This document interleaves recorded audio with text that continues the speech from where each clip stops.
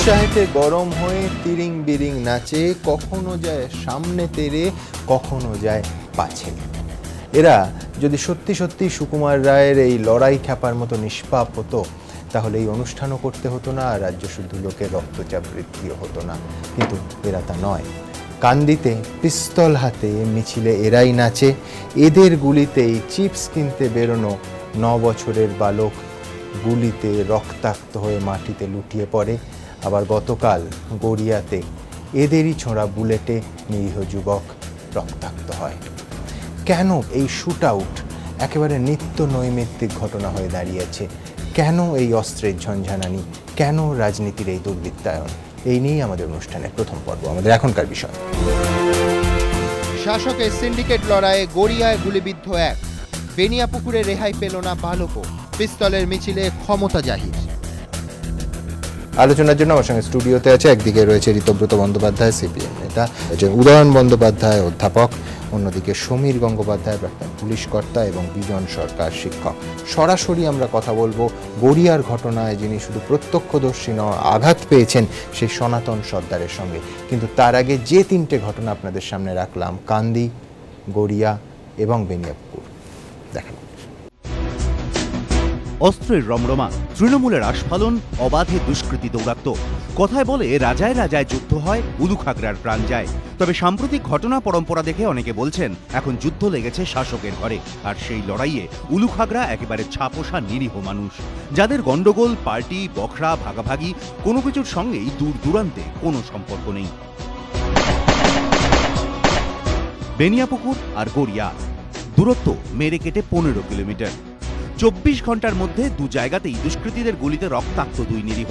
দুজনের ক্ষেত্রে একটাই কমন ফ্যাক্টর, শাসক দলের সিন্ডিকেট, দুষ্কৃতীদের বিবাদ। মাঝরাতে পাড়ায় চিৎকার চেঁচামেচি, ভাঙচুরের শব্দ শুনলে আমার আপনার যেমন আশঙ্কা হতে পারে, ঠিক তেমনটাই হয়েছিল গড়িয়ার বাসিন্দা রাজেশ মণ্ডলের। তাই ঘর থেকে বেরিয়ে এসেছিলেন তিনি। কিছু বোঝার আগেই অন্ধকারের মধ্যে থেকে ছুটে আসা গুলি তাঁর পা ফুঁড়ে চলে যায়। তার প্রতিবেশী সনাতন সর্দার বাড়ির বাইরে বেরোলে তাকেও বন্দুকের বাঁট দিয়ে আঘাত করে মাথা ফাটিয়ে দেওয়া হয়। বেনিয়াপুকুরের বাসিন্দা 9 বছরের রায়ান তো সিন্ডিকেট, প্রমোটারের মতো শব্দগুলোর মানেও জানে না। অথচ সেই গন্ডগোলের মাঝে পড়েই দুষ্কৃতীদের গুলিতে রক্তাক্ত সে। বাড়ি থেকে বেরিয়েছিল পটেটো চিপস কিনতে, ছুটল দুষ্কৃতীদের গুলি। অনেকে বলছেন এই ছবিগুলি চোখে আঙুল দিয়ে দেখিয়ে দিচ্ছে সাধারণ মানুষের নিরাপত্তার কি হাল। আতঙ্কিত তো বটেই, কারণ পাড়াতে বাচ্চারা আছে, বড়রা আছে, সবাই কাজে ব্যস্ত থাকে, বাচ্চারা খেলাধুলো করে বা স্কুলে যায়। এ তো অবশ্যই আতঙ্কেরই কথা। এটা বেনিয়াপুকুর কিংবা গড়িয়া তো কোনো বিচ্ছিন্ন ঘটনা নয়। এর আগে বনগাঁয় দুষ্কৃতীর লড়াইয়ের মাঝে পড়ে শিক্ষিকার গুলিবিদ্ধ হওয়ার ঘটনা, কিংবা হুগলিতে মহিলার আহত হওয়ার মতো একাধিক ঘটনা ঘটেছে। ফলে বাড়ির লোক বাইরে থেকে না ফেরা পর্যন্ত দুশ্চিন্তায় ভুগছেন বহু সাধারণ মানুষই। এখন তো রাস্তাঘাটে বেরোতেই ভয় লাগবে। এই গুলি, এই ছেলেদের নিয়ে সাবধান করে থাকতে গেলে কতখানি সাবধান হতে হবে। ছেলেদের করে কাজকর্ম করে রাস্তাঘাটে বেরোতে হবে, তো বেরিয়ে তো খেতে হবে না। বেনিয়াপুকুর কিংবা গড়িয়ায় যদি অস্ত্রের সদ্ব্যবহার হয়ে থাকে, তাহলে এখানে শুধু পিস্তল থেকে গুলি বেরোনোটা বাকি ছিল। প্রকাশ্যে পিস্তল নিয়ে তৃণমূলের মিছিল, এই ছবি দেখলে মনে হতেই পারে এটা বিহার কিংবা উত্তরপ্রদেশের কোনো জায়গা। কিন্তু আদতে এর কোনোটাই নয়। এটা মুর্শিদাবাদের কান্দির ছবি। আর গড়িয়া, কান্দি কিংবা বেনিয়াপুকুরের এই ছবি দেখে আতঙ্কিত সাধারণ মানুষের প্রশ্ন, হচ্ছেটা কি? ময়ূর ঠাকুর চক্রবর্তী ও হিন্দোল দে, এবিপি আনন্দ, কলকাতা। আমি সনাতন সর্দারের কাছে সরাসরি চলে যাব। সনাতন বাবু, এই গড়িয়ার ঘটনায় আপনি আহত হয়েছেন, ঠিক কি সাধারণ মানুষের অবস্থাটা বলুন। আপনাদের মতো যারা এই সিন্ডিকেটের দুপক্ষের লড়াইয়ের মধ্যে নেই, একেবারে সাধারণ মানুষ যারা এই ঘটনায় আঘাতপ্রাপ্ত হলেন, ঠিক কি রকম সিচুয়েশন ছিল? কতটা আতঙ্ক এখনো এলাকায়? এখন আতঙ্ক তো প্রচুর আতঙ্ক লাগছে আমাকে। রাত্রের ভিতরে এখন ছেলে বলে নিয়ে বার হওয়া তো মুশকিল হয়ে যাচ্ছে। এবারে এই যা পরিস্থিতিতে এখন কি করে বার হবো বলুন। আমি রাত্রে তো এই সারাদিন কাজকর্ম করে রাত্রে হয়তো সন্ধ্যের সময় টাকা আনতে যাবো কি লোকের কাছে, কি করে আনতে যাবো বলুন। এরপরে কি করে চলবো, রাত ভিতে কি করে চলতে হবে। গতকাল ঠিক কি হয়েছিল? কিভাবে আপনি আঘাতপ্রাপ্ত হলেন? কিভাবে লাগলো আপনার? গত রাত্রে আমি এমনি বার হয়েছিলাম, বাথরুম করতে বার হয়েছি। ওখানে ওরা হঠাৎ ওখান থেকে ছুটে এসে আমাকে মারধর করতে শুরু করে। এবারে ওখান থেকে যখন মারতে বার হয়েছে, এবারে রাস্তার ওখানে খালার মধ্যে পড়ে গেছি, গিয়ে কাঁদছি। জড়িয়ে চিৎকার করে কাঁদছি, তা আমার ছেলে বার হয়েছে, ছেলে বার হয়ে ঠেলে ঠুলে দিয়েছে, দিতে ওরা চলে গিয়েছে। চলছিল, মারলো কেন ছেলেকে আপনাকে? বন্দুকের বাঁটে বাড়ি মেরেছে, আমাকে বন্দুকের বাঁটে বাড়ি আমাকেও মেরেছে। কি জন্য মেরেছে কি করে বলো বলুন, কি করে বলো বলুন। অর্থাৎ দুপক্ষের গন্ডগোলের মাঝখানে আপনারা গিয়ে পড়ে। এরকম হবে আমি নিজে বুঝতে পারলাম না। তো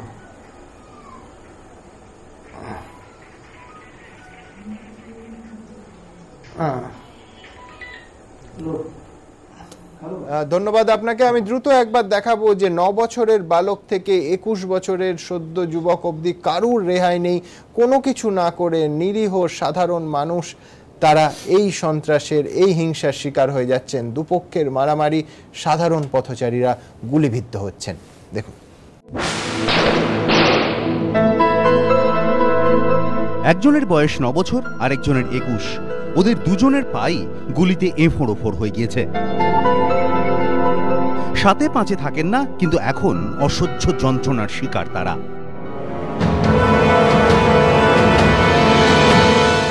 একুশ বছরের রাজেশ পেশায় কাঠমিস্ত্রি। গড়িয়ার উত্তরপাড়ার বাড়িতে বাবা মা আছেন। উপার্জনের মূল উৎস বলতে একমাত্র ছেলে রাজেশই। রবিবার মাঝরাতে উল্টো দিকের বাড়িতে ভাঙচুরের শব্দ শুনে আতঙ্কের বশে দরজা খুলে বাইরে বেরিয়ে আসেন। কি হয়েছে দেখতে যেতেই তার ডান পায়ে হাঁটুর নিচে এসে লাগে গুলি। রক্তাক্ত অবস্থায় সেখানেই লুটিয়ে পড়েন রাজেশ। রাকেশ ঘুমাচ্ছিল, রাজেশ তো ঘুমের থেকে আওয়াজ পেতে বেরিয়েছে, তারপরে ওই তো আমার নিরীহ ছেলে সে গুলি খেলো। একমাত্র ছেলের এই পরিণতিতে বাবা মায়ের মাথায় যেন আকাশ ভেঙে পড়েছে। পাশাপাশি আরেকটা বাস্তব চিন্তাও ভাবিয়ে তুলেছে রাজেশের বাবা মাকে। যার কাঁধে সংসারের ভার, তার পা চলে গেলে পরিবারের কি হবে? একই অবস্থা বেনিয়াপুকুরের বাসিন্দা 9 বছরের রায়ানের বাবা মারও। রবিবার রাতে অনেক আবদারের পর বাবা কিছু টাকা দিয়েছিলেন। সঙ্গে সঙ্গে কাছের দোকান থেকে চিপস কিনতে ছুটেছিল ছোট্ট রায়ান, কিন্তু সেই চিপস আর মুখে তোলা হয়নি। তার আগেই দুষ্কৃতীদের গুলি লাগে তার পায়ে। রাস্তায় মুখ থুবড়ে পড়ে যায় সে। এর আগে টিভির পর্দায় গুলি চলতে দেখেছে, কিন্তু সেই যন্ত্রণা যে কি তা গত 2 দিন ধরে হাড়ে হাড়ে টের পাচ্ছে 9 বছরের ছোট্ট রায়ান। আতঙ্ক এতটাই গ্রাস করেছে যে হাসপাতালেও সর্বক্ষণ মাকে আঁকড়ে ধরে রয়েছে ক্লাস 3 ছোট্ট ছেলেটা। বন্ধুরা যখন মাঠে খেলে ধুলে বেড়াচ্ছে, রায়ান তখন বিছানায় যন্ত্রণা কাতর। বাবা মা বলেছিল ঘুরতে নিয়ে যাবে, কিন্তু ঘোরা তো দূরের কথা, এখন প্রায় মাস 3 নিজের পায়ে দাঁড়াতেই পারবে না সে। তার অপরাধ, সে চিপস কিনতে গিয়েছিল। এই একটা রাতের আতঙ্কই সারা জীবন তাকে তাড়িয়ে বেড়াবে। তবে মন্দের ভালো বলতে এটুকুই যে গুলি খেয়েও রাজেশ বা রায়ান প্রাণী অন্তত বেঁচে গিয়েছেন। হরিদেবপুরের রাহুল মজুমদারের ভাগ্য এইটুকুও সহায় ছিল না। দুষ্কৃতীদের গুলির লড়াইয়ের মাঝে পড়ে প্রাণ হারান তিনি। একমাত্র সন্তান হারানোর যন্ত্রণা এখনো কুঁড়ে কুঁড়ে খাচ্ছে তার মাকে। রাহুলের পরিণতি তার মনে এতটাই আতঙ্ক তৈরি করেছে যে আজ রাস্তায় হাঁটতেও ভয় পান তিনি। নিরীহ লোকেদেরই হবে এখন, যত বদমাইশি করতে পারবে, যত এরকম করতে পারবে, রাস্তায় গায়ের জোর ফলাতে পারবে, তারাই বাঁচবে। আমাদের মতো লোকেরা বাঁচতে পারে না। কেন কি, আমরা সাধারণভাবে চুপচাপ রাস্তা দিয়ে হেঁটে যাচ্ছি, আমরাই গুলিগালা খাবো। কোন দিন হয়তো দেখবো আমি হেঁটে চলে যাচ্ছি, মেরে দিচ্ছে আমাকে। আতঙ্ক, আশঙ্কা, বুকে ভয় নিয়ে বেঁচে থাকা, এটাই কি ভবিতব্য? প্রশ্ন শহরবাসীর। এবিপি আনন্দ।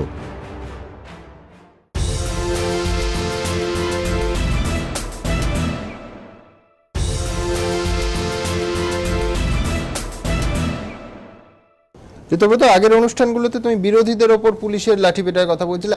আজকে যাদের কথা আমরা বলছি তারা রাজনীতির 100 মাইলের মধ্যে কোনোদিন আসেননি। বয়স একজনের 9, একজনের 21, একজন বেনিয়াপুকুর, একজন গড়িয়ায় গুলিবিদ্ধ হয়ে বিছানায় মৃত্যুর সঙ্গে লড়াই করছেন। আসলে যে যন্ত্রণার কথা, ওই যে ছোট্ট রায়ানকে আমরা দেখলাম, বা রাজেশের যে পরিবারের ছবি আপনারা দেখালেন, বা হরিদেবপুরের যে ছবি আমরা দেখলাম, বা ওই ভদ্রলোক যিনি রাত্রির বেলা বাথরুম করতে গিয়ে বন্দুকের বাঁটের বাড়ি খেয়েছেন, রক্তাক্ত হয়েছেন, দিন আনা দিন খাওয়া লোক, বুঝতে পারছেন না কি করে তিনি বেঁচে থাকবেন। এটা গোটা বাংলার চেহারা।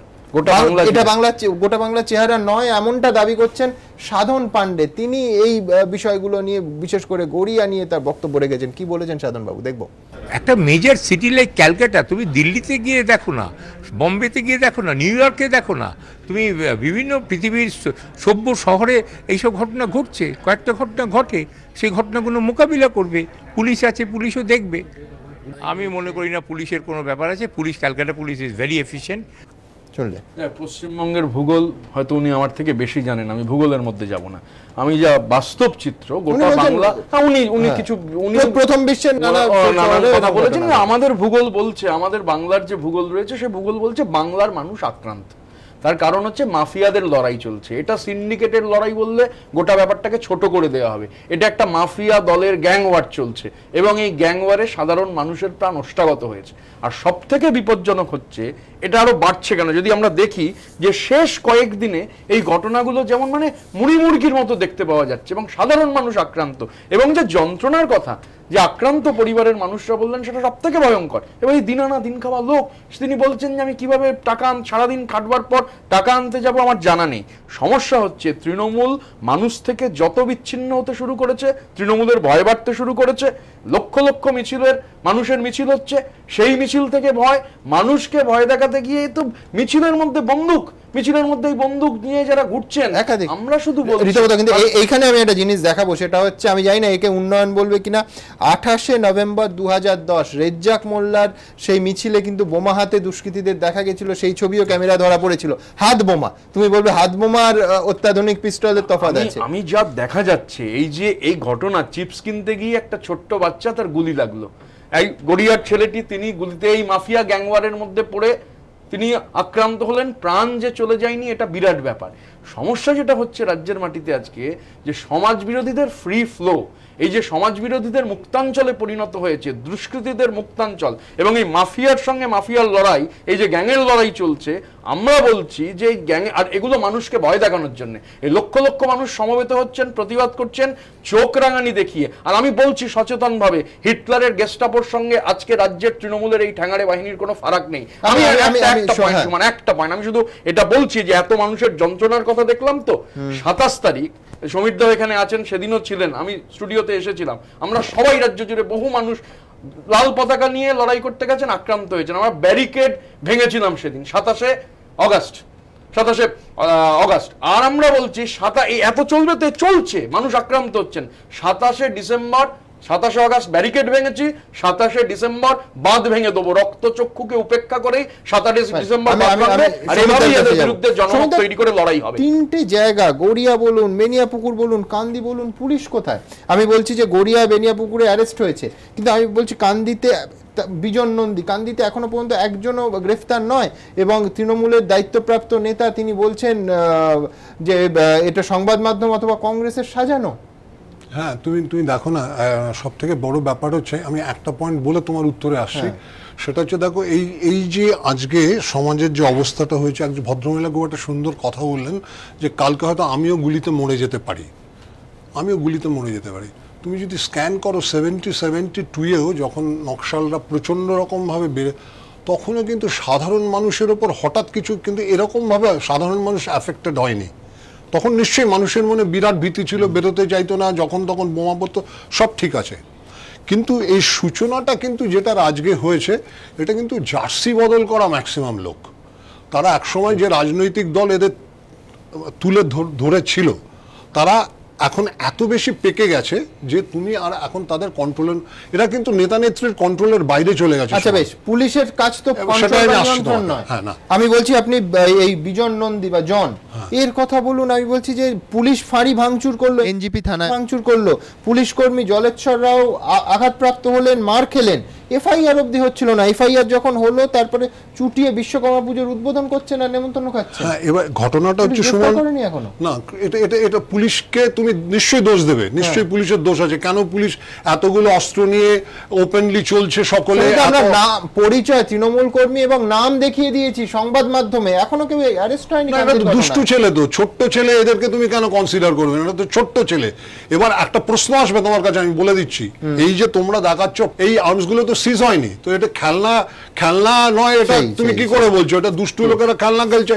আর তাও যদি তুমি প্রমাণ করো, হ্যাঁ, এবার তুমি যদি ধরো যে 7টা উদ্ধার হলো, তখন বলা হবে কিন্তু যে এটা বিরোধী পক্ষের অমুক অমুক রাজনৈতিক দল তাদের লোকদের ঢুকিয়ে দিয়েছে। এখনই বলা হচ্ছিল তাহলে যে ফ্ল্যাগ কিনতে পাওয়া যায়, এবং মান্নান হোসেন ওখানকার নেতা, তিনি বলছেন কংগ্রেস এটা সাজিয়েছে। হ্যাঁ, সাজিয়েছে। সে মান্নান হোসেন কিছুদিন আগে কি ছিলেন? মান্নান হোসেন কিছুদিন আগে কি ছিলেন? জার্সি বদলটা এত ইজি হয়ে গেছে এখন সুমন, যার ফলে এই যে আজকে দেখছো দুটো গোষ্ঠীর মধ্যে গন্ডগোল হচ্ছে, হবে না কেন? সে দেখছে যে আমার মাথার উপর অমুক নেতা আছে, আমি ধরলে ছাড়িয়ে দেবে, এবং পরের দিন আমি যখন কোর্টে আমায় হাজির করা হবে তখন সরকারি উকিল আমার জামিনের বিরোধিতা করবেন না, সেটা 360 হোক আর 147, 48, 49 যাই হোক। তাহলে আমি পিস্তল হাতে প্রকাশ্যে ঘুরবো না কেন?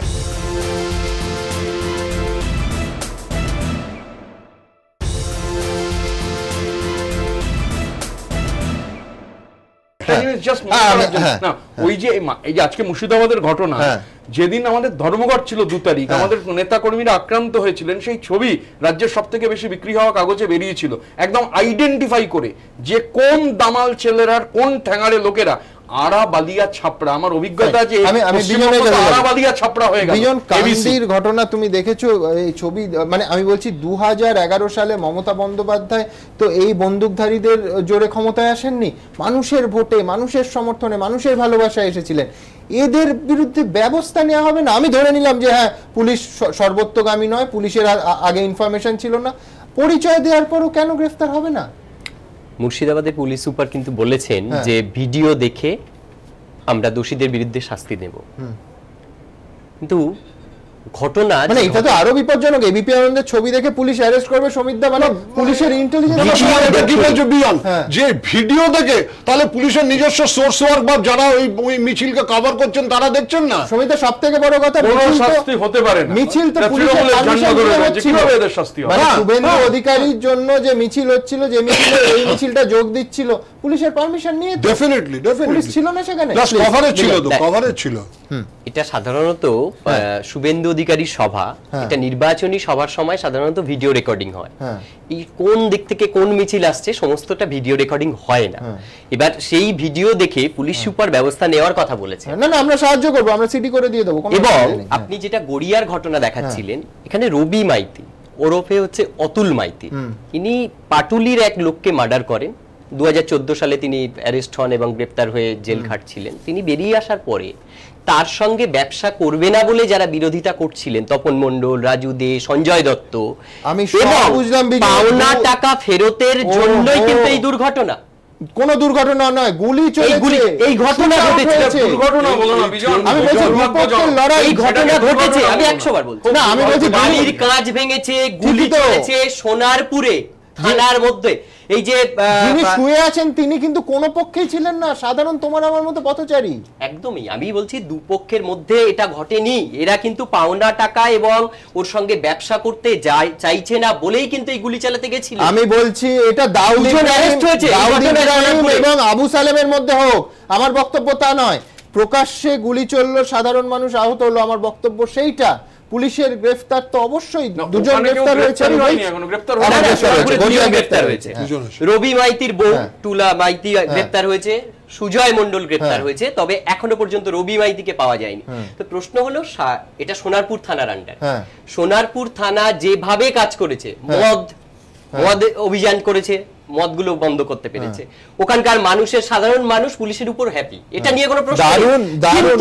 কিন্তু এই কাজে এই আর দেখুন, ওই ঘটনা যদি ঘটে যায়, সব জায়গায় কি পুলিশ সম্ভব? আমি তোমার সাথে এগ্রি করছি, কিন্তু 10 মিনিট আগে ভদ্রলোক লাইভে এই অনুষ্ঠানেই বললেন যে আমি ব্যবসার কাজে বাইরে বেরোতে পারছি না। আশঙ্কা করছেন, আশঙ্কা পয়সা ওনার গায়ে মাথায় পুলিশ তো পারেনি, এটা মেরেছে তো দুষ্কৃতী, সেটাই তো মাঠ মারার পর তিনি পাবেন, এটাই স্বাভাবিক। 2011 বিধানসভা ঠিক আগের মুহূর্তে, 2011 বিধানসভার আগে জীবনতলায় যখন মিটিং করতে গেছিলেন মমতা বন্দ্যোপাধ্যায়, রাত্রেবেলা গাড়ি থেকে নামতে হয়েছিল, আপনি বলছিলেন রেজ্জাক মোল্লার কথা, সেদিন যারা যারা সেই মিটিং এ গেছিল প্রত্যেককে কান থেকে এরকম ভাবে সোনার দুল, মোবাইল, গুলি খেয়ে একজন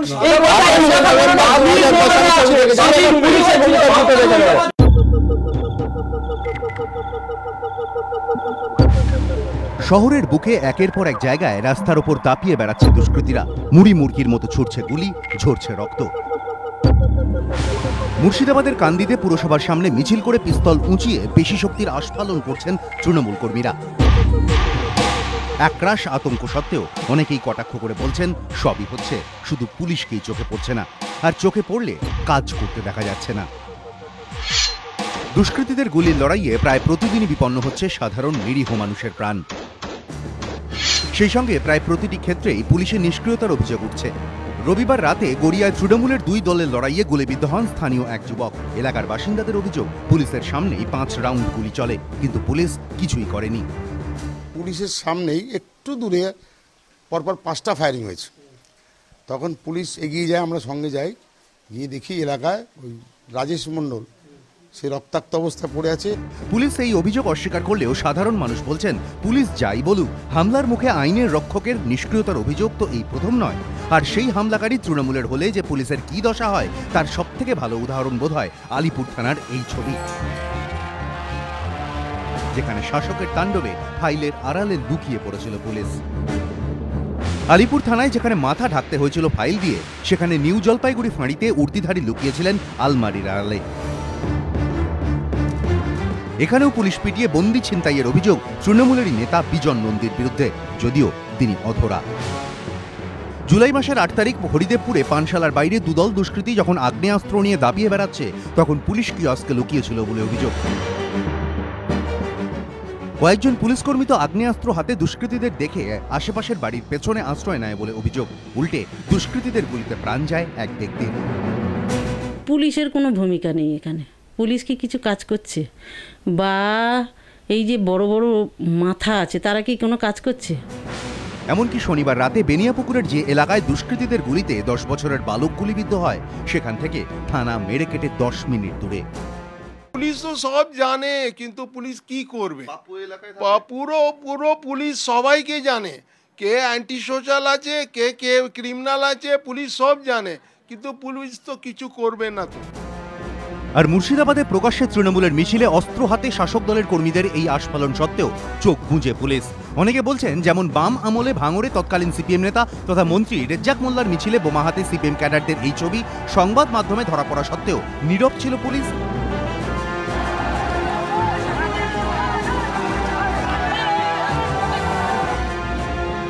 তখন সিপিএম বলতো বিচ্ছিন্ন ঘটনা, এখন তৃণমূল দোষ চাপায় মিডিয়ার ওপর। কিন্তু ছবি কি আর মিথ্যে কথা বলে? ময়ূর ঠাকুর চক্রবর্তী, হিন্দোলদে ও পার্থপ্রতিম ঘোষ, এবিপি আনন্দ। উদয়নদা, আজকেই সবং নিয়ে মামলা, ভিন্ন মামলা, মাননীয় বিচারপতি জয়মাল্য বাগচি বলেছেন সরকারি লয়ারকে যে, আমি কোট আনকোট বলছি, এমনটাও হতে পারে আপনাদের পুলিশ বেছে বেছে গ্রেফতার করছে। স্বয়ং বিচারপতির বক্তব্যে রিফ্লেকশন আছে এ রাজ্যের পুলিশ নিয়ে, কি বলবেন? সাধারণ মানুষ ভিকটিম না। দেখুন, আপনারা যে প্যাকেজটা দেখাচ্ছিলেন তার থেকে আমার তো হতাশই লাগছিল, এবং যাদের বক্তব্য শোনাচ্ছিলেন তারাও হতাশ হচ্ছিলেন, এবং সম্ভবত এই হতাশাটা সর্বত্র ছড়িয়েছে, যার জন্য পশ্চিমবঙ্গে চোরেও গলায় দড়ি দিয়ে আত্মহত্যা করছে। মানে চোরেরও এখন আইন শৃঙ্খলার ওপর কোনো ভরসা নেই। সাধারণ মানুষের ভরসা থাকবে কি করে? কারণ সেও জানে যে আমি এখান থেকে বেরোলে আমার কি দশা হবে আমি জানি না। তো যেটা আপনারা বলছেন যে বিচারপতির বক্তব্য অনুযায়ী ঠিকই পশ্চিমবঙ্গে যেটা এক ধরনের ব্যাপার চলছে, সেটা হচ্ছে কোথাও কোথাও বজ্র আটুনি, কোথাও কোথাও ফসকা গেরো। যেমন ধরুন অম্বিকেশ মহাপাত্র, তিনি একটি কার্টুন ফরওয়ার্ড করেছিলেন বলে এখনো তার বিরুদ্ধে মামলাটা উইথড্রন হয়নি, যদিও সর্বত্রই তিনি বলা হয়েছে যে তার কোনো দোষ নেই। কিন্তু বিজন নন্দী আপনারা দেখাচ্ছেন, বা এই ধরনের ক্ষেত্রে বহু ক্ষেত্রেই কিন্তু আইন শৃঙ্খলার সেই বজ্র আটুনিটা আমরা দেখতে পাই না, যেটা অম্বিকেশ বাবুর ক্ষেত্রে আমরা দেখেছি। তো এটা কি বেছে বেছে করা হচ্ছে? তো অবশ্যই সিলেক্টিভলি করা হচ্ছে, কিন্তু যেটা বলার সেটা হচ্ছে যে এই ট্র্যাডিশনটা, এই ট্র্যাডিশন সমানে চলছে আমরা যেটা বলে থাকি। এই ট্র্যাডিশন তো আগে ছিল এরকম, আমাদের এখানে বলা হচ্ছে আপনারা রেজ্জাক মোল্লার মিছিল দেখাচ্ছেন, তারও আগেও আমরা পৌঁছতে পারি, 70 দশকে উল্লেখ করলেন, হ্যাঁ আমরা 60-এর দশকে যেতে পারি, আরো পেছতে পারি। হাত বোমা থেকে পিস্তলটা উন্নয়ন হতে পারে, এটা তো টেকনোলজিক্যালি, মানে ম্যানুফ্যাকচার থেকে মেশিনোফ্যাকচার, সেটা একটা হচ্ছে যে হস্তশিল্প থেকে আমরা যন্ত্রচালিত শিল্পে যাচ্ছি। কিন্তু আমরা এরকম ভাবে পিছোতে দেখবেন একটা জায়গায় দাঁড়িয়ে যাব, সেটা হচ্ছে 1947 সাল। হয়তো ব্রিটিশ আমলেই ভালো ছিল এরকম আমাদের মনে হতে পারে একটা সময় গিয়ে, যে সেই সময় পুলিশ অনেক নিরপেক্ষ ছিল, যে তারপর থেকে আমরা দেখছি যে শাসক আসছেন তার একটা মানে আমি বিজনের একটা পয়েন্টে আমি এগ্রি করছি যে হ্যাঁ গ্রেফতার হয়েছে, কিন্তু গ্রেফতার হওয়ার পরও মানে 24 ঘন্টা পেরোচ্ছে না আরেকটা ঘটনা আসছে এবং একই ধরনের শুট আউট। এবং দেখুন সিন্ডিকেটের ব্যবসা কলকাতা শহরের মধ্যে এমন ছড়িয়েছে এটা থামছে না, তার মানে এটার উপর কোনো নিয়ন্ত্রণ হ্যাঁ নিয়ন্ত্রণ তো থাকবে না। তার কারণ হচ্ছে আপনি যদি যে সিন্ডিকেট ব্যবসা সেই ব্যবসার রুটে যদি না যান, সেটা হচ্ছে মূলত হচ্ছে বেরোজগারি থেকে তো এই বিষয়টা আসছে, বেকারি থেকে আসছে। আপনি যদি পশ্চিমবঙ্গে সেই শিল্পোন্নয়ন না করেন, মানুষের হাতে যদি অন্য কাজ না থাকে, তাহলে তো সে সিন্ডিকেটে যাবে। এবং সেটা আগেও সিন্ডিকেট ছিল, এখনো সিন্ডিকেট আছে, কিন্তু আগের সিন্ডিকেটটা যেটা ছিল সেটা অনেক বেশি নিয়ন্ত্রিত সিন্ডিকেট ছিল, যেটা আমরা প্রত্যক্ষ করেছি। একজনের কথায় সেটা হয়তো চলতো, কিন্তু এখন অনেকেই নেতা, তার ফলে সেটা বিনিয়ন্ত্রিত হয়ে গেছে, মানে অনেকটা ছড়িয়ে গেছে। এই নিয়ন্ত্রণহীনতাটাই কিন্তু এটা থেকে বেরিয়ে আসার জন্য যেটা প্রয়োজন, সেটা হচ্ছে রাজনৈতিক স্তরে নিয়ন্ত্রণ এবং আইন শৃঙ্খলা বিষয়টাকে একেবারে নিরপেক্ষভাবে বিচার, একেবারে রাজনীতির সময় উদাহরণ কিন্তু বিরোধী আইনজীবী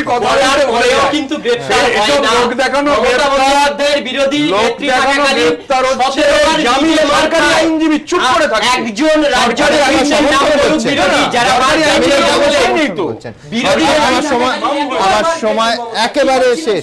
আমার সময় শেষ। ছোট্ট একটা বিরতি, তারপর ফিরে এসে আপনাদের আরেকটি অদ্ভুত জিনিস দেখাবো। স্বাধীনতার পর এই রাজ্যের ইতিহাসে কোনোদিন এমন ঘটনার কথা শোনা গেছে বলে অন্তত আমাদের জানা নেই। প্রতিবেশী রাজ্যের স্বয়ং মুখ্যমন্ত্রীর সচিবালয় থেকে ফোন এসেছিল টুকলির অপরাধে যাদের শাস্তি দেওয়া হয়েছে তাদের শাস্তি মকুবের। সারা ফেলে দেয়া এই খবর পরবর্তী আধ ঘন্টায় নিয়ে আসছি।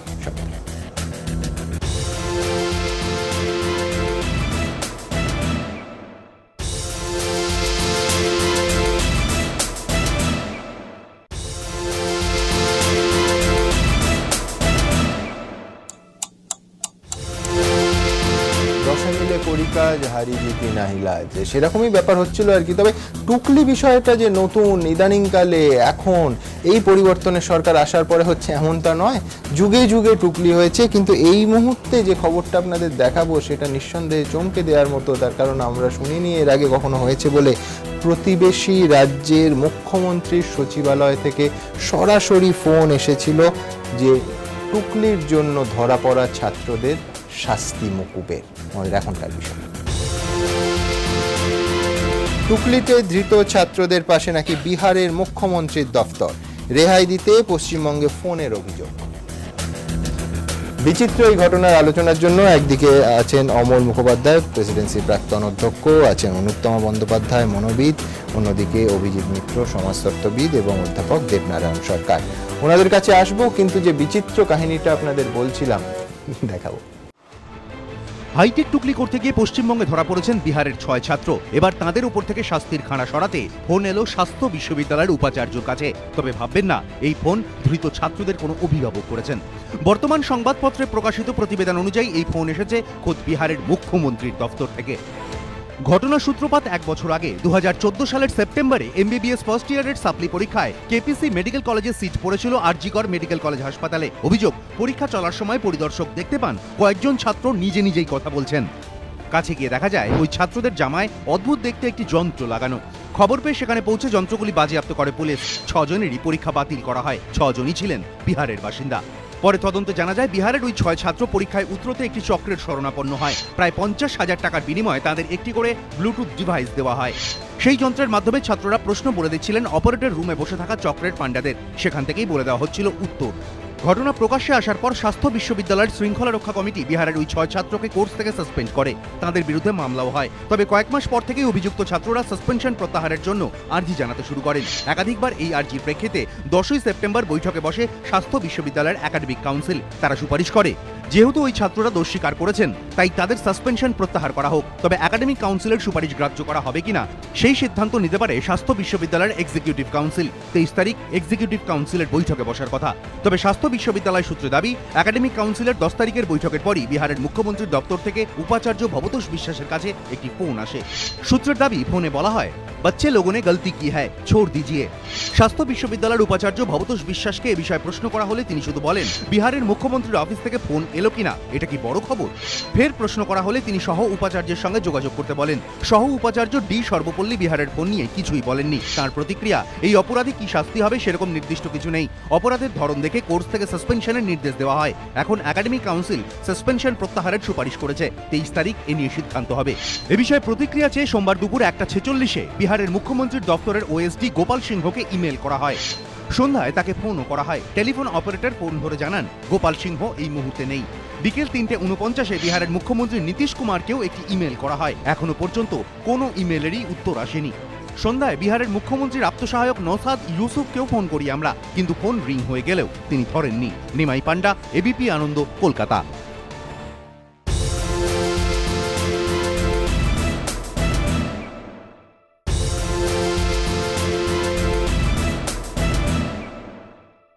অরূপ, আপনার কাছে আসবো। আমি বলছি স্বাধিকারের হস্তক্ষেপ নাম এক মুখ্যমন্ত্রী সচিবালয় থেকে এ ধরনের টেলিফোন যদি এসে থাকে ক্রিমিনাল অফেন্স তো না। প্রথম কথা হচ্ছে, একটা কথা মনে রাখতে হবে যে একটা রাজ্য আমাদের দেশে অন্য রাজ্যের অভ্যন্তরীণ ব্যাপারে কোন রকম হস্তক্ষেপ করতে পারে না। হস্তক্ষেপ না, অনুরোধ হিসেবে রাজ্যের কোনো এক্সট্রা টেরিটোরিয়াল জুরিসডিকশন নেই, ঠিক এটা সংবিধান বলছে। এটা গেল প্রথম কথা। কাজে এই ব্যাপারটা সাংবিধানিক বিধিকে লঙ্ঘন করা হয়েছে, এক। দুই, মুখ্যমন্ত্রীর দপ্তর থেকে অনুরোধ এলো কাদের জন্য না, কয়েকজন ছাত্র যারা অলরেডি যাদেরকে শাস্তি দেওয়া হয়েছে, শাস্তিপ্রাপ্ত ছাত্রদেরকে শাস্তি মকুব করে দেওয়া হোক, এই কথা বলা হোক। কোন অধিকারে মুখ্যমন্ত্রী এই কথা বলেন? এ বিষয়ে তার বলার কোনো এখতিয়ার নেই। দুটো কারণ, এক, পশ্চিমবঙ্গের স্বাস্থ্য বিদ্যালয়ের যে তারা সিদ্ধান্ত নিচ্ছেন সেই সিদ্ধান্তর ব্যাপারে কোনো রাজনৈতিক হস্তক্ষেপ কেউ করতে পারেন না।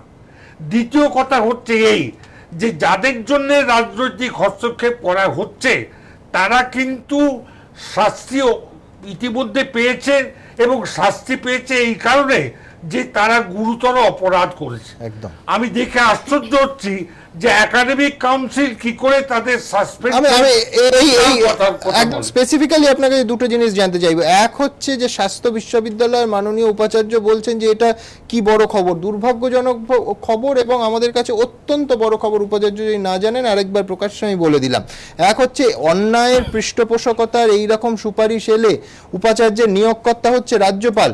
তৎক্ষণাৎ মাননীয় উপাচার্য কি রাজ্যপালকে জানিয়েছিলেন? এক, রাজ্যপাল হয়তো রাজ্য সরকারকে জানাতেন এইরকম গুরুত্বপূর্ণ ঘটনা। আর দুই হচ্ছে যে ওনারা দাবি করছেন যে 10ই সেপ্টেম্বর একাডেমিক কাউন্সিল সিদ্ধান্ত নিয়েছেন তারা এক্সিকিউটিভ কাউন্সিল পরশু যাদের মিটিং বসবে সেই কাউন্সিলকে শাস্তি মুকুবের, মানে যেটার জন্য নীতিশ কুমাররা ফোন করেছিলেন, মুকুবের সুপারিশ করবেন।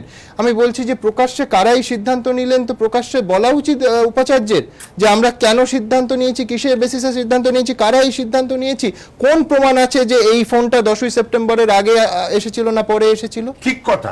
তার কারণ হচ্ছে যে একাডেমিক কাউন্সিল এটা তাদের যে সাসপেনশন প্রত্যাহার করার জন্য যে সিদ্ধান্ত নিয়েছেন সেটা অত্যন্ত অন্যায় সিদ্ধান্ত, এবং এক্সিকিউটিভ কাউন্সিল যদি সেই সিদ্ধান্তকে সমর্থন জানান তাহলে গুরুতর অন্যায় করা হবে। এখানে উপাচার্য কি করছেন সে একটা প্রশ্ন ওঠে। উপাচার্যের কিছু গুরু দায়িত্ব এই বিষয়ে আছে যে বিশ্ববিদ্যালয়। আমি শুধু একটু অ্যাড করে দিই, সেটা হচ্ছে দর্শকরা বা অনেকে হয়তো জানবেন না, একাডেমিক কাউন্সিলের কোঅর্ডিনেটর হচ্ছেন ভিসি, আবার এক্সিকিউটিভ কাউন্সিলের মাথাতেও ভিসি। মানে আমারই কমিটি একটা সুপারিশ করলো আবার আমি সেটাকে শিলমোহর দিলাম। ঠিক কথায়। কাজে এইটা প্রশ্নটা হচ্ছে এই যে এখানে দেখা যাচ্ছে যে স্বাস্থ্য বিশ্ববিদ্যালয়ের নিজের অভ্যন্তরে কিন্তু গোলমাল রয়েছে, এবং গোলমাল এই ধরনের রয়েছে, মানে হালকা করে বলতে গেলে একাধিক নীতিশ কুমারের সচিবালয় থাকতে পারে না আমার নিজেদের মধ্যে। তা নইলে কখনোই কিন্তু নীতিশ কুমারের সচিবালয় থেকে এই অনুরোধ আসতে পারত না একেবারে। তারা যে সাহস দেখাতে পেরেছেন তার কারণ বিশ্ববিদ্যালয়ের মধ্যে অর্থাৎ সোর্সের মধ্যেই ভূত আছে। আমি অভিজিৎ বাবুর কাছে যাব। অভিজিৎ বাবু, কোথাও কি টোকাটুকি বিষয়টা একটা বৈধতা পাচ্ছে? মানে সমাজে উচিত এবং অনুচিতের ফারাকটা ক্রমশ কমে যাচ্ছে। মানে আমি বলছি শীর্ষ দফতর থেকে ফোন এলে নিঃসন্দেহে নৈতিকতা দুর্বল হয়, কিন্তু এটা ছাড়াও কোথাও একটা অ্যাকসেপ্টেন্স কি তৈরি হচ্ছে? আপনি দেখুন, মানে ফেল করেছে পরীক্ষায়, পাশ করার দাবিতে স্কুল ঘেরাও হচ্ছে, প্রধান শিক্ষক ঘেরাও হচ্ছে। দাবি শুনলে আশ্চর্য হতে হয়। এটা ঠিক কথা, মানে প্রায় সর্বস্তরেই যা ছিল অবৈধ সেটা বৈধ এবং নানা প্রকারের লেজিটিমেসি আসছে। এইটা যেমনি একটা নতুন মাত্রা, যে বাইরের থেকে এমন নয় যে চুপি চুপি রিকোয়েস্ট বা কিছু, এটা তাও না, এটা ওপেন, অলমোস্ট ওপেন। এবং অমলদা যেটা বললেন যে ভিসি এটা কি করছেন, এটা কি করে পারেন না, মানে আমি বলছি এই ছাত্ররা ফার্স্ট ইয়ারের পরীক্ষায় ফেল, তারপরে সাপ্লিমেন্টারি পরীক্ষা দিতে গিয়ে টুকলি। আমি বলছি এরা ডাক্তার হলে তো মানে আমাদের আশঙ্কার কারণ আছে। এবং বোধহয় এই ধরনের ডাক্তারদের হাতেই আমরা বারবার পড়ছি, ও মরছে, আজ আমার অমুক মরছে, কাল আমার তমুক মরছে। কারণ আমার এমনি conception of doctor very poor. হ্যাঁ, না আমি বলছি যে এই ব্যাপামে তো এই ধরনের দুর্নীতি বারবার উঠে এসেছে মধ্যপ্রদেশে। না আমি বলছি কোথাও কি তাহলে একটা অ্যাকসেপ্টেন্স তৈরি হচ্ছে যে আচ্ছা হলেও ঠিক আছে, কি করবে, বাচ্চা ছেলে টুকতে গিয়ে ধরা পড়েছে। এখন বাচ্চা ছেলে এই শব্দটা তো সাধারণত পশ্চিমবঙ্গের মুখ্যমন্ত্রী ছিল, এটাও এরকম একটা পারভেসিভ হয়ে উঠল, সেটা একটু বিচিত্র। কিন্তু এইটা ঠিক তুমি বলেছ যে একরকমের বৈধতা জন্ম নিচ্ছে এবং সেটা কিন্তু সর্বস্তরে, যেটাকে দিয়ে যা ছিল অবৈধ এবং গভীর অন্যায় সেটা স্বীকৃতি পেয়ে যাচ্ছে এবং অর্থাৎ কিনা এটা জেনারেলি অ্যাকসেপ্টেড এবং অ্যাকসেপ্টেড হোক, এটাই যেন চাওয়া হচ্ছে একেবারেই। আমি দ্রুত আপনাদের দুটো প্যাকেজ দেখাবো। একটি হচ্ছে বিহারে বলা হয় যে পরীক্ষা শুধুমাত্র যে পরীক্ষার্থী দিচ্ছে তা নয়, যিনি সেখানে গার্ড আছেন সেই ঘরে সেই শিক্ষক বা শিক্ষিকারও যথেষ্ট গুরুত্বপূর্ণ পরীক্ষা হচ্ছে। দেখুন বিহারের অবস্থা। বিহারের 6 পড়ুয়ার এ রাজ্যে ডাক্তারি পরীক্ষার সময় নকল করতে গিয়ে ধরা পড়া এবং তাদের উপর থেকে শাস্তির খাড়া সরাতে বিহারের মুখ্যমন্ত্রী সচিবালয় থেকে রাজ্য স্বাস্থ্য বিশ্ববিদ্যালয়ে ফোন আসার খবর চমকে দিয়েছে অনেককেই। নকল করে কেউ ডাক্তার হলে তার হাতে রোগীদের অবস্থা কি হবে? শিক্ষাবিদদের একাংশের বক্তব্য, পরীক্ষায় নকলের ছবি কম বেশি বহু জায়গাতেই ধরা পড়লেও বিহার কিংবা উত্তরপ্রদেশে এই ছবিটা বরাবরই প্রকট। আর বহু বছরেও এই রাজ্যগুলিতে নকলের ওপর রাশ টানা সম্ভব না হওয়ায় পরিস্থিতি আজ এত দূর গড়িয়েছে। এই ছবিটা দেখলে শিউরে উঠবেন যে কেউ। এভাবে পরীক্ষা হয়, হ্যাঁ এভাবেই পরীক্ষা হয় বিহারের বহু স্কুলে। আর এ কোনো সাধারণ পরীক্ষা নয়, একেবারে বোর্ডের পরীক্ষা। দোতলা তিনতলা স্কুলের দেওয়াল বেয়ে ওপরে উঠে ভেতরে বসে থাকা পরীক্ষার্থী বন্ধু ভাই কিংবা দাদার হাতে নকল পৌঁছে দেওয়া, আর নকলে সাহায্য করতে গিয়ে এদের এই মরিয়া চেষ্টা লজ্জায় ফেলে দিতে পারে স্পাইডারম্যানকেও। অবলীলায় দেওয়াল বেয়ে ওপরে উঠে কার্নিশ দিয়ে হেঁটে জানালার মধ্যে দিয়ে নকলের মালপত্র গলিয়ে দেওয়া। ভেতরে তখন শিক্ষকদের ত্রাহি ত্রাহি অবস্থা। একজনের কাছ থেকে বইয়ের পাতা বের হয় তো অন্যজনের কাছ থেকে উত্তর লেখা কাগজ। এক এক সময় তো রাত ধরে রাখতে না পেরে শিক্ষক শিক্ষিকারা চড়ও কষিয়ে দেন, কিন্তু তাতে কার কি এসে যায়? প্রিয়জনকে অসৎ উপায়ে পরীক্ষায় সাফল্য পাইয়ে দিতে বাইরে তখনও সাহায্যকারীদের ভিড়। অনেকেরই মনে হতে পারে একটু পড়াশুনো করলে নকলের জন্য ভেতরে বাইরে এত পরিশ্রম করতে হয় না। পরীক্ষার হলের বাইরে বিহার পুলিশের কর্মী আছেন ঠিকই, কিন্তু তিনি দেখেও কিচ্ছু দেখতে পাচ্ছেন না। আর বিহার একা কেন, উত্তরপ্রদেশে বোর্ডের পরীক্ষায় নকলের এই ছবি বা কম কিসে? শিক্ষাবিদদের বক্তব্য, শুরুতেই যদি নকল বন্ধে কড়াকড়ি করা যায় তাহলে বিষয়টা এত দূর গড়ায় না, কিন্তু জল যখন এত দূর গড়িয়েইছে তখন এর হাল বার করাটাও তো প্রশাসনেরই কাজ। কবে সেই কাজ করবে তারা? এবিপি আনন্দ। অর্থাৎ বিহারে পরীক্ষা কেবল ছাত্রের নয়, পরীক্ষকেরও বটে। কিন্তু যারা ভাবছেন যে বিহার প্রতিবেশী রাজ্য, আমাদের পশ্চিমবঙ্গে ছবিটা একেবারে অন্যরকম, ভুল ভাবছেন। ছবি অন্য কথা বলছে, দেখুন। এ রাজ্যে ডাক্তারি পড়তে আসা বিহারের 6 ছাত্রের নকল করার সময় ধরা পড়া কিংবা বিহার উত্তরপ্রদেশের বিভিন্ন পরীক্ষার নকলের এই ছবি চমকে দেওয়ার মতো হলেও অনেকেই বলছেন প্রাচীন পদ্ধতিতে পরীক্ষায় নকলে পশ্চিমবঙ্গই বা কম যায় কিসে? বছরের পর বছর মাধ্যমিক হোক কিংবা উচ্চ মাধ্যমিক, নকল চলে অবাধে। কখনো পুলিশের তারা, কখনো সংবাদ মাধ্যমে এই ছবি সামনে আসার পর প্রশাসনের একটু নড়ে চড়ে বসা, কিন্তু তাতে আমূল কিছু পাল্টায় না। এই ছবিটা চলতি বছরেরই মালদার এনায়তপুরের একটি স্কুলের। পুলিশ নেই, অবাধে নকল সরবরাহ। নকল ঠেকাতে হিমশিম খাওয়ার মতো অবস্থা হয় শিক্ষকদের। এই ছবিও এবছরেরই মাধ্যমিক পরীক্ষার। বীরভূমের একটি স্কুলে গণ টোকাটুকি। প্রথমে প্রশ্নপত্র হাতে পেয়েই বাইরে ছুঁড়ে ফেলে দেওয়া, তারপর প্রশ্নপত্রে উত্তর লিখে ক্লাসে ফেরত পাঠানো। এবার তার আগের বছরের ছবিটা দেখে নেওয়া যাক। 2014 উত্তর 24 পরগনা থেকে উত্তর দিনাজপুর কিংবা মালদা, অবাধে নকল। মিলেমিশে করি কাজের মতো বাইরে থেকে নকল সরবরাহ। আবার নকলে বাধা দিলে কখনো শিক্ষকদের ঘেরাও, কখনো ভাঙচুর। ভাবটা এমন যেন ন্যায্য অধিকারে বাধা দেওয়ায় ক্ষোভের বহিঃপ্রকাশ। এবার চলে যাওয়া যাক তার আগের বছরে, অর্থাৎ 2013। মাধ্যমিক পরীক্ষার নামে কার্যত প্রহসন। সে মুর্শিদাবাদের বড়োয়া হোক, উত্তর দিনাজপুরের গোয়ালপুকুর কিংবা মালদার ইংরেজ বাজার, অবাধে টুকলি। কোথাও দর্শকের ভূমিকায় পুলিশ। এবার যাওয়া যাক আরও এক বছর পেছনে, 2012। উত্তর 24 পরগনা থেকে উত্তর দিনাজপুর, মালদা থেকে মুর্শিদাবাদ, কোথাও কার্নিশ বে, কোথাও গাছে উঠে অবাধে নকল সরবরাহের ছবি ধরা পড়ে। পর্ষদ এই বলে সাফাই দেওয়ার চেষ্টা করে যে এ আর এমন কি, তাতে যেন আরও উৎসাহিত হয়ে আরও নকল করতে ঝাঁপিয়ে পড়ে পড়ুয়ারা। এই ছবিটা মোটের ওপর প্রতি বছরই দেখা যায়, বাম আমলেও যার কোনো ব্যতিক্রম ছিল না। নকলের রমরমা তখনও ছিল, এখনও আছে। কিন্তু কোনোদিনই কি বন্ধ হবে না এই অঘোষিত প্রথা? শিল্পে হোক বা আইন শৃঙ্খলায় নানা ক্ষেত্রে পিছিয়ে পড়া বঙ্গ কি নকলে একদম শেষ সারিতে চলে যেতে পারে না? প্রশ্ন অনেকেরই। এবিপি আনন্দ। অনুত্তমা, যে মেধাটা, পরিশ্রম এবং মেধা, মানে এই নেটওয়ার্কিংটা করতে কাজে লাগছে, যে একজন একটা কাগজ ছুঁড়ে দেবো, আমি ম্যানুয়ালি বলছি, আমি যন্ত্রের দিকে যাচ্ছি না, সেই কাগজ কেউ কুড়োলো, সেটা অভিজ্ঞ লোকেদের দিয়ে উত্তর, সেটা আবার ফিরিয়ে দেয়া, মানে আমি বলছি এর 1/10 তো যদি পড়াশোনায় করতে হতো, এর কোনোটারই প্রয়োজন হতো না। একদমই তাই। এবং আমার মনে হচ্ছিল এই ক্লিপিংগুলো দেখতে দেখতে সুমন, যে কোথাও মূল্যবোধ হ্রাস পাওয়ার বোধহয় ভৌগোলিক সীমা হয় না, সেটা বোধহয় এক জায়গা থেকে আরেক জায়গাতে কোথাও না কোথাও পৌঁছেই যায়। এবং এই প্রসঙ্গে যেটা উল্লেখযোগ্য সেটা হচ্ছে যে যারা এটা করছেন তারা জানেন যে আমার চারপাশের যে পরিবেশ, এখানে আমার সামাজিক পরিবেশ আছে, রাজনৈতিক পরিবেশ আছে, সেখানে স্বজন প্রশ্রয়ের একটা বিরাট বার্তা আমার কাছে রয়েছে। তা না হলে এতটা জোর দিয়ে, এতটা মেকানাইজড ভাবে এই ঘটনাটা ঘটানো সম্ভব হতো না। এবং সেই কনটেক্সটে আমি বলবো, যখন আমরা ভোটেও কারচুপি দেখি, আমরা কি টুকলিরই আরও একটা রাজনৈতিক ছবি দেখতে পাই না?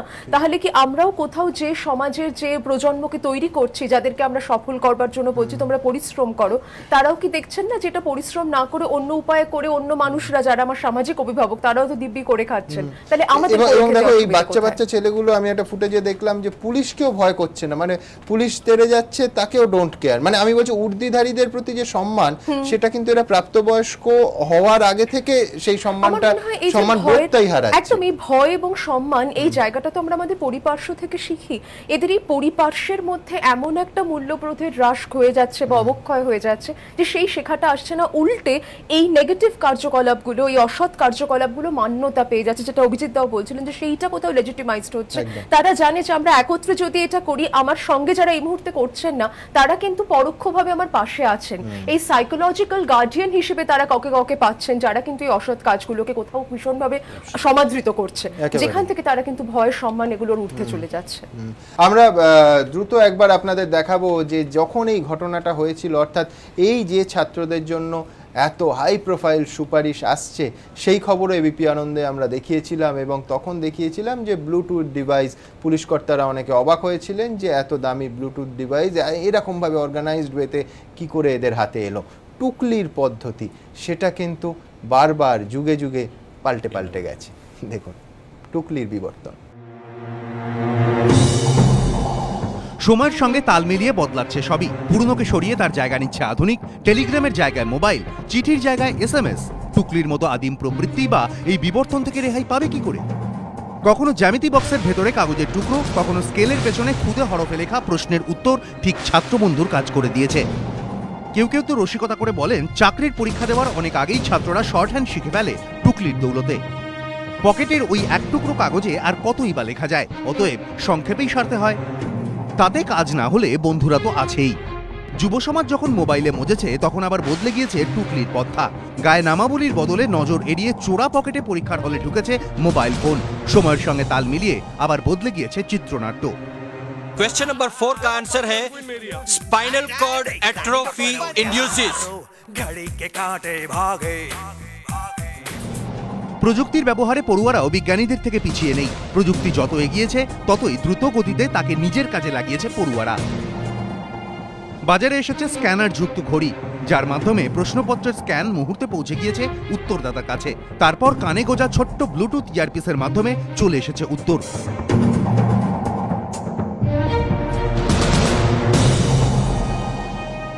আর এসব বিষয়ে সবাইকে ছাপিয়ে গিয়েছেন দক্ষিণী মহাতারকা রজনীকান্ত। টুকলির যে অভিনবত্ব তিনি পর্দায় দেখিয়েছেন তা বোধহয় নকল করাও একটু কষ্টের।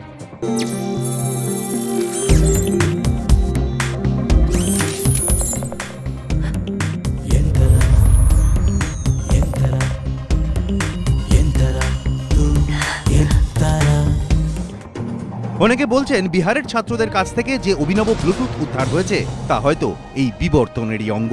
এবিপি আনন্দ।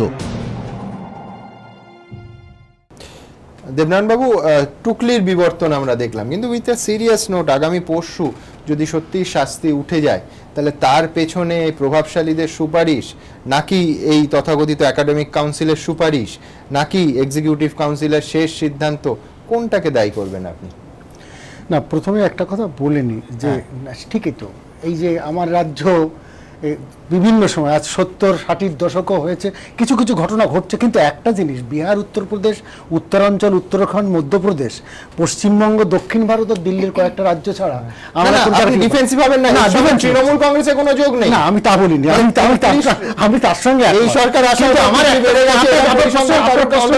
প্রশ্নের উত্তর একটা দিচ্ছে। ঠিকই তো, স্যারও যেটা বলেছেন রাজনৈতিক হস্তক্ষেপ কেন, কিন্তু আমার একটা কোশ্চেন, একাডেমিক কাউন্সিল আমাদের কলেজেও আছে, প্রত্যেকটা কলেজে আছে। এখন একাডেমিক কাউন্সিল যদি একটা সিদ্ধান্ত নেয়, হ্যাঁ, এখন তাকে কতদিন তাকে বহিষ্কার করা যায় সেটা একাডেমিক কাউন্সিলের পরে নির্ভর করে না। তাকে কি সারা জীবন বহিষ্কার করবে? নিশ্চয়ই এই অধিকারটা একাডেমিক কাউন্সিলের আছে। হ্যাঁ, আমাদের সমালোচনার অধিকারও আছে যে এই যে গন্ডগোলগুলো করেছে, তারা পড়ছে 2 বছর, তাদেরকে নষ্ট করে দেওয়ার পরে তাদেরকে দেওয়া হবে কি দেওয়া হবে না, এটা আমার থাকতেও পারে, কিন্তু একাডেমিক কাউন্সিলের এই অধিকারটা নিশ্চয়ই আছে।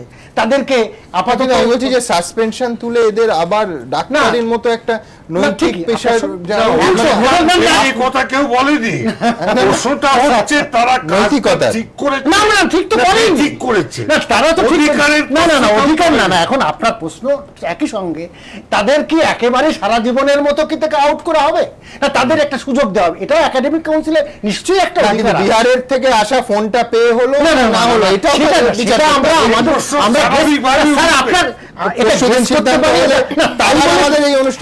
আমরা বলতে পারি, কিন্তু এটা ঠিক কিনা এটা প্রমাণ করা যায় না, এটা দিয়ে বলা যায় না। উঠতেও পারে, কিন্তু এটার জন্য এটা হয়েছে, আমি এটা অন্তত অত সিম্পলিফিকেশন বলা যায় না। এটার জন্য এটা হয়েছে এটা বলা যায় না, ওটার জন্য এটা করেছে কিনা না, যদি একাডেমিক কাউন্সিল করে থাকে আমি বলবো সেটা নিশ্চয়ই অধিকার আছে। এখন বিহারের ফোনের জন্য একাডেমিক কাউন্সিল করেছে কিনা সেটা বিতর্কের বিষয়, আমি কি করে ওটার জন্য এটা কিনা জানেন না, এটাও তো প্রশ্ন, এটা আমার এত মনে হয় না। এবং ফোনটা যদি এসে থাকে, না সেটা আপনি বলতেই পারেন, জাস্ট এ সেকেন্ড, ফোনটা যদি অ্যাট অল এসে থাকে এবং ডেফিনেটলি ইট ইজ রেকর্ডেড যে এসছে, তাহলে কিন্তু এটা প্যান ইন্ডিয়ান অ্যাফেয়ার হওয়া উচিত, এটা অল ইন্ডিয়া ইস্যু। না, যদি এসে থাকে, এসেছে কিনা, তার আগে এসেছে সেটা বলে না না, সেটা আবার 10 এর আগে এসেছে কিনা, তার জন্য হয়েছে কিনা, এখন আমরা তো গেস করতে করতে যদি ওই তাহলে একাডেমিক কাউন্সিল ফোর জন্যই করেছে, সবার আগে আমরা সমর্থন করব না। কিন্তু আপনারা যদি বলেন যে ওর জন্য করেছে, এত সিম্পলিফিকেশন, এইটা আমি সমর্থন। আমার শেষ প্রশ্ন আছে, হতে পারে আপনি স্যার অনুমান করতেই পারে, কিন্তু আমার পরে একাডেমিক কাউন্সিলের এই অধিকার, আমার পরের প্রশ্নে কোনো অনুমান নেই। আমি বলছি ধরা যাক সমস্ত উঠে গেল, এরা পরীক্ষা দিল এবং ডাক্তার হলো, ঈশ্বর না করুন আপনার সামান্য একটু সর্দি জ্বর ইত্যাদি হলো, আপনি এবং জানলেন আপনি যে এই ঘটনার, এই যে সুমন বাবুর সঙ্গে ফার্স্ট ইয়ারের অকৃতকার্য ছাত্র উচিত দ্বিতীয়বার আপনি এই ডাক্তারকে দেখাবেন? না না, চারজন যদি আবার সে নকল করে, হ্যাঁ না, এরপরে তোকে বলা হচ্ছে তুমি এবারে কিন্তু সত্যভাবে পরীক্ষা দাও, পড়াশোনা করে, যদি আবার নকল করে সেটা তো একাডেমিক কাউন্সিল দেখবে না। না, এটা আলাদাভাবে ব্যাপার, ফার্স্ট ইয়ারে অকৃতকার্য সাপ্লিমেন্ট পরীক্ষা আবার পরীক্ষা দেবে, না হলে তো একটা সময় চলে যাবে। তার মানে কি, তাকে যদি আবার বলে তুমি নকল করার জন্য এসছো, এটা নিশ্চয়ই একাডেমিক কাউন্সিল করেনি। আমি আমার প্রশ্নের উত্তর পেলাম না, আপনি এমন ডাক্তারবাবুকে দেখাবেন? না না, সে আমরা কি সব ডাক্তারকে সব সময় কি দেখাই? আমরা আমাদের একটা সেপারেট করাই, অনেক ধন্যবাদ আপনাদের সবাইকে। আমার সম্পর্কে ভাববার একটা জায়গা অবশ্যই যার এটাকে বড় বিষয় কিনা, যার প্রশ্ন জেগেছে, অবশ্যই তাকে নিয়ে আমাদের কিছু প্রশ্ন তো থাকবেই। আমার সময় একেবারে শেষ, আবার আপনাদের সঙ্গে দেখা হবে আগামীকাল রাত 8টায়। ভালো থাকবেন সবাই।